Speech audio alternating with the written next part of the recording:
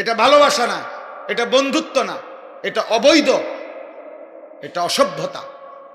তুমি তাকে এইভাবে প্রচন্ড ভাবে জড়িয়ে ধরবা কেন? বলবেন আপনি হুজুররা একটু বেশি বাড়াবাড়ি। না, বাড়াবাড়ি না, বাড়াবাড়ি না। তোমারে জাহান্নাম থেকে মুক্তি দেওয়া, তোমারে ফিরাবার চেষ্টা করা, বাপ, ফেরাবার চেষ্টা করা। এই জন্য দুষ্ট, কোরআনুল কারীমে আল্লাহ বলছে ওয়ালা তাকরাবুজ জিনা, শুধু জিনা করো না এটা বলে নাই, আল্লাহ বলছে যত ভাবে হইতে পারে জিনা, ব্যভিচার, নিজের এক কথায় লজ্জাস্থানের যেই কোনো গুনাহ হইতে পারে তার কাছেও যেও না, কাছেও যেও না। এজন্য কোনো মেয়েকে দেখলে তো আর আমি তার সাথে জিনা করি নাই না, এটা ধীরে ধীরে তোমাকে জিনার দিকে নিয়ে যাবে, এর সাথে হোক আর অন্য কারো সাথে। কমপক্ষে না পারলে মন তো চাইবে, কমপক্ষে হারাম কল্পনা তো জাগবে। এই জন্য ভাই একটা ছেলেই বুঝো, আমি বড় আশা নিয়ে বলি, অনেকটা খোলামেলা বলে ফেলি, উদ্দেশ্য আমার একটাই, কেউ ফিরুক, কেউ ফিরুক, কেউ বদলাক, কেউ বদলাক। আজকে বললাম না, মা বাবা সবাই আমরা অভিভাবক শ্রেণী, আহারে আমাদের 14-16 বছরের ছেলে পেলেদেরকে সম্পূর্ণ ওর হাতে ছেড়ে দিছে, ছেলেটাকে পুরাপুরি তার নিজের হাতে তুলে দিছে। বাবা, তোমার চুল, তোমার পোশাক, তোমার কোন জামা ভাল লাগে, কোন গেঞ্জি ভাল লাগে, কোন প্যান্ট ভাল লাগে, তুমি খাইবা কি, কাকে পছন্দ করবা, কোন বন্ধুদের সাথে চলবা, বিকালে আড্ডা দিবা কোথায়, রাতে আড্ডা দিবা কোথায়, সব কিছু তোমার পছন্দ। তো your wish your life, your life your wish, তোমার জীবন তোমার পছন্দ, যার সাথে মন চায়, যা মন চায় তুমি নষ্ট হইয়া পচ্চা গইল্লা যাও, টাকা লাগলে আব্বার কাছ থেকে নিও, ভাত লাগলে তোমার মার কাছ থেকে গিয়ে খাই, শেষ। পেটে বুক লাগলে মায়ের রান্না করে রাখছে, আইসো ভাত খাইয়া যাইও, টাকা লাগলে তুমি সত্য বললা পারো, মিথ্যা বললা পারো, আমি আব্বার থেকে টাকা নিয়ে যাও, খালাস, এবার তোমার জীবন তুমি গড়ো। না না, এই পৃথিবীর ইতিহাসে সৃষ্টির প্রথম থেকে নিয়ে আজ পর্যন্ত মানুষের জীবন গঠনে তার উপরে কারো তত্ত্বাবধান থাকতে হয়, কেউ তাকে ধরে রাখতে হয়, কেউ তাকে টেনে ধরতে হয়, মন্দ পথ থেকে ফিরাইতে হয়, উত্তম পথে চালনা করতে হয়, নাইলে হয় না। নিজে নিজে মানুষ হয় না, নিজে নিজে জানোয়ার হয়, নিজে নিজে জানোয়ার হয়। এই জন্য গাভীর বাচ্চা, গাভী বাছুর, আপনার 2 বাজারে গাভীর বাছুর হওয়ার 1 মাস পরেই 2 মাস পরে গাভী বেচালা, কোনো অসুবিধা নাই।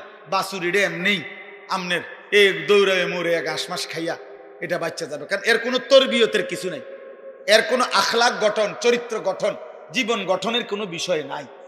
কিন্তু মানুষের বাচ্চা আর গাভীর বাচ্চা এক না।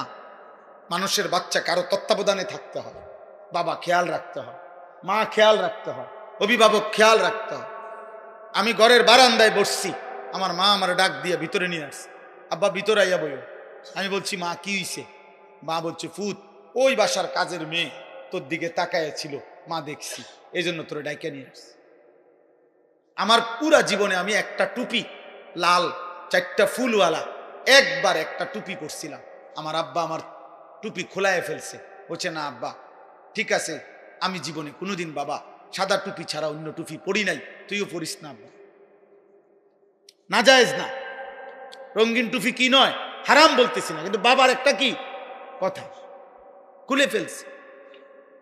আমি জীবনে একবার শুধু একটা পাঞ্জাবি, আপনার এই বুতামের কাছে এমব্রয়ডারি করা এদিক দিয়া রেডিমেড একটা পাঞ্জাবি কিনছিলাম।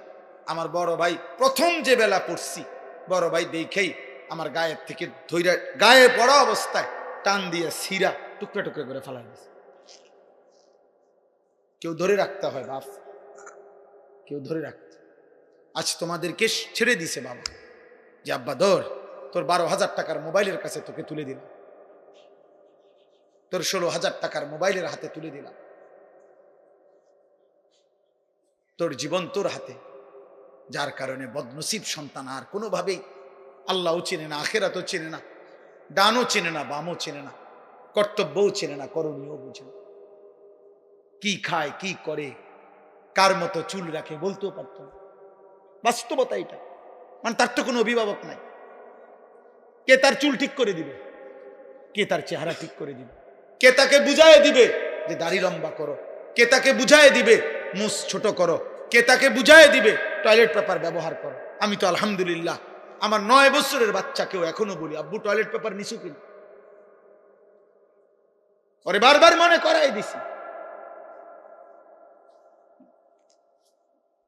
ফজরের নামাজে আলহামদুলিল্লাহ এমনি বুঝাচ্ছি, দাঁড়ায় থাকি তো ছেলে আমার উঠলে বাপ্পু তজু করে তো মসজিদের জামাতে যাইতে চেষ্টা করি। এটা আমার জিম্মাদারি। আপনাদেরকে কিছু বলা, এটা যদি আমার দায়িত্ব হয়, আমার সন্তানকে ঈমান আমল শিখানো, আমার বিবির ঈমান আমলের দিকে নজর রাখা, আমার মেয়ের ঈমান আমলের দিকে নজর রাখা, খোদার কসম এটা আমার আপনাদের চাইতে বেশি দায়িত্ব।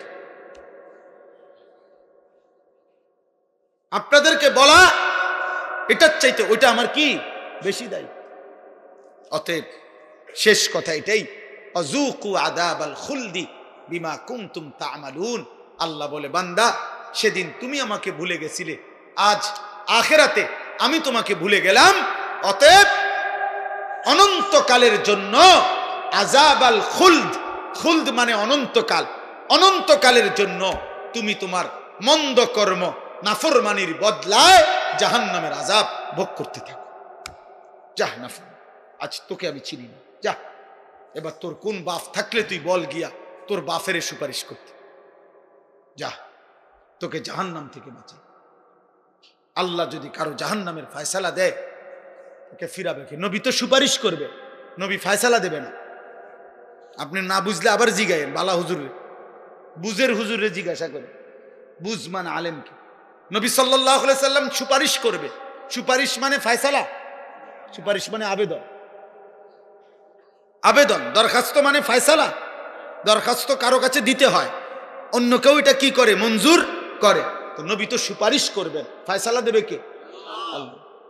আল্লাহ আল্লাহ। এজন্য নবীজিকে আল্লাহ বলছে, বন্ধু এ পরিমাণ আমি জাহান্নাম থেকে মুক্তি দেব, আপনার উম্মত জান্নাতে আমি এত বেশি পরিমাণ দেব, আপনার মুখে হাসি ফুটবে। আপনারে খুশি করাম, আপনারে নারাজ করব না। আল্লাহ আমাদের প্রত্যেককে ঈমান আমল দান করেন। আল্লাহ আমাদের প্রতিটা সন্তানকে কবুল করেন। এই মাদ্রাসা আল্লাহ কবুল করেন, এই এতিমখানা আল্লাহ কবুল করেন। এই মাদ্রাসা আল্লাহ সরকারি মাদ্রাসা, এখন দাখিল না আলিম, দাখিল মাদ্রাসা আল্লাহ কবুল করে নেন। আলহামদুলিল্লাহ আমার ভাই হাফিজ ইয়াসিন ভাই, মৌলানা ইয়াসিন ভাই দীর্ঘদিন যাবত এই মাদ্রাসা হেফজখানা নিয়ে মেহনত করছে। আলহামদুলিল্লাহ সেই নাসির ভাই যখন আমার কাছে গেছিলেন, বলছিলেন, সেই থেকে নিয়ে নিয়মিত আমরাও মাঝে মধ্যে যখনই সুযোগ পাই আসতে চেষ্টা করি। আজকেও সেই সূত্রে আসলাম। আমরা আপনাদেরকে ভালোবাসি, আপনারাও আমাদেরকে মহব্বত করেন, আমরা জানি। প্রিয় যুবক ভাই, নওজোয়ান ভাই, সবার কাছে বলি, আব্বা এমন সুন্দর জীবন নষ্ট করো না। এই পৃথিবীতে চরিত্রহীনতায় মৃত্যু হইলে নারী, ছবি, জিনা, ব্যভিচার, মদ, জুয়া, অসৎ চরিত্র নিয়ে দোস্ত মৃত্যু হলে খোদার কসম আব্বা তোকে কেউ মনে রাখবে না, তোরে কেউ মনে রাখবে না বাপ। কোন নাফরমানকে পৃথিবী মনে রাখে না রে বাপ। কোন পাপীকে পৃথিবী সম্মানের সাথে স্মরণ করে না।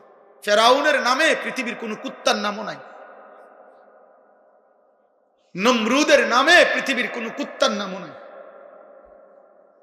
কিন্তু যখন জীবিত ছিল তখন তো দুনিয়া ভোগ করছে না?